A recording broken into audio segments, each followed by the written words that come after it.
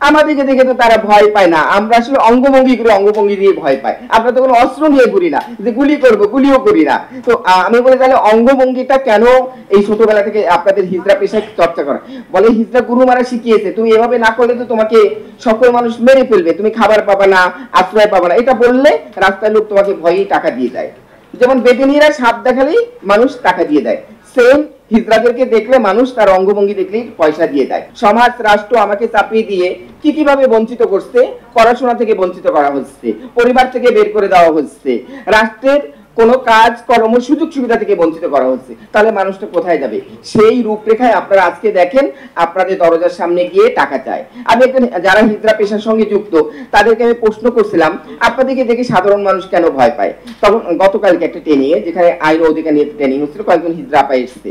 তো তারা বলতেছে আপা আমাদেরকে দেখে তো তারা ভয় পায় না, আমরা আসলে অঙ্গভঙ্গি করে অঙ্গভঙ্গি দিয়ে ভয় পাই। আমরা তো কোনো অস্ত্র নিয়ে ঘুরি না যে গুলি করবো, গুলিও করি না।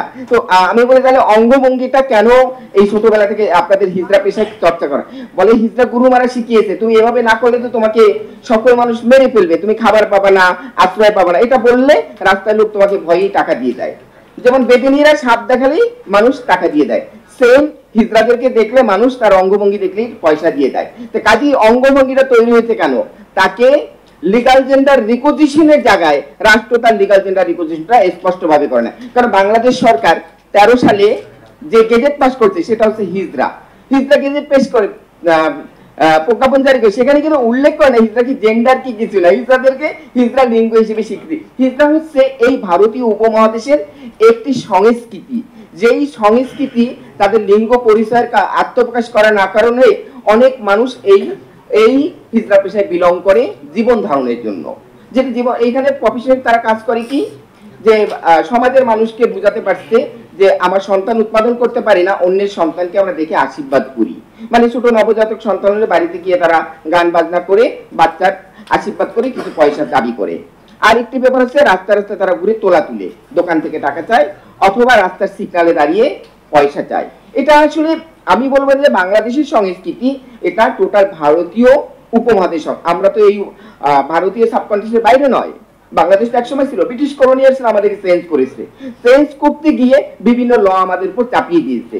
সেই লগুলি যদি রাষ্ট্র সংস্কার করতে পারে তাহলেই কিন্তু মানুষের জীবনমান উন্নয়নের সুরাহা তুলে ধরতে পারবে। তো আমার প্রশ্ন হচ্ছে যে একটি ফ্যাসিবাদী সরকারকে পতন করা হয়েছে, কেন করা হয়েছে? আমাদের উপর বিভিন্ন ধরনের বৈষম্য করতে ফ্যাসিবাদী সরকার।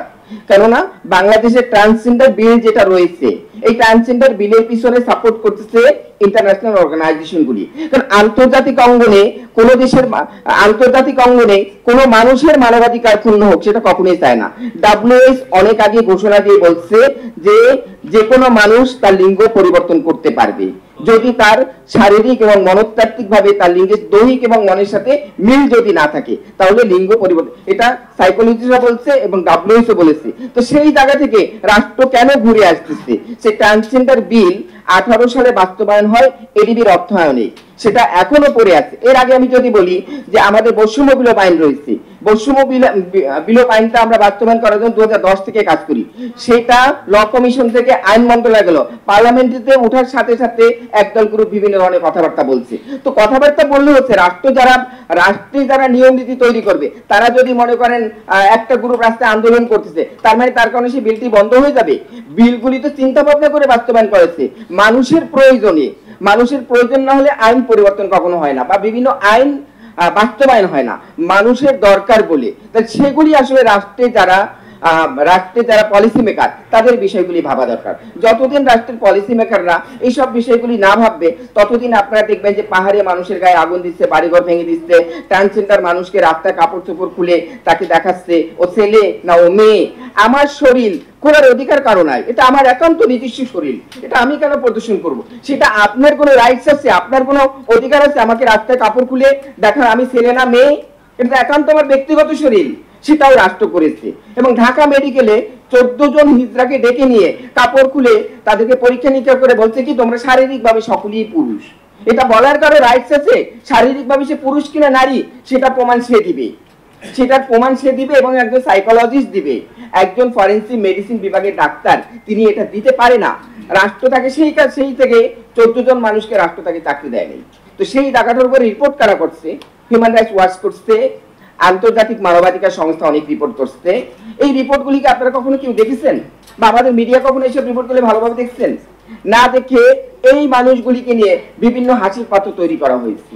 এবং তাদের জন্য যখন ঢাকা বিশ্ববিদ্যালয়ে কয়েকজন ট্রান্সজেন্ডার মানুষ ভর্তি হলো, তখন বিশ্ববিদ্যালয়ের কিছু স্টুডেন্ট যারা আসলে জেন্ডার আইডেন্টিটি, জেন্ডার ওরিয়েন্টেশন সম্পর্কে ভালো অভিজ্ঞতা রাখে না, সেই বাচ্চাগুলিকে বিভিন্ন গোষ্ঠী তাদেরকে লেলিয়ে দিয়ে রাস্তায় নামিয়েছে। এবং এই থেকে শুরু হলো বাংলাদেশের ট্রান্সজেন্ডার এন্টি ব্যাকলাশ। ট্রান্সজেন্ডার এন্টি ব্যাকলাশ কি করেছে? তাহলে আজকে আমি ট্রান্সজেন্ডার মানুষ জন্মগ্রহণ করছি একটা পরিবারে, আমার পড়াশোনা হলো না, আমার জীবনটা শেষ হতে পারে, আমার 51 বছর বয়সে আমি এখন তো কিছুই পেলাম, আমি তো শেষ। আগামীতে যারা আসতেছে তাদের কি হবে? আজকে আপনারাই উৎপাদন করছেন এই সন্তান, আমি জয়া এই সন্তান উৎপাদন করিনি, আমি উৎপাদন। তাহলে আপনাদের সন্তানের প্রতি আপনারা যদি মমতা না রাখেন, আর এই এডুকেশন কারিকুলামে কেন এই ট্রান্সজেন্ডার ইস্যু অন্তর্ভুক্ত করা যায় না? বারবার যখন টেক্সট বুকের সাথে অন্তর্ভুক্ত বিষয় আছে তখনই বলা হয় বাংলাদেশ হোমোসেক্সুয়ালিটি প্রমোট করছে। আসলে সমকামিতা আর একটা মানুষের লিঙ্গ পরিচয় দুটো অনেক তফাৎ। তার জন্য প্রতিটা স্টুডেন্টকে তার ক্লাস থেকে তার জানা দরকার জেন্ডার আইডেন্টিটি, জেন্ডার ওরিয়েন্টেশন।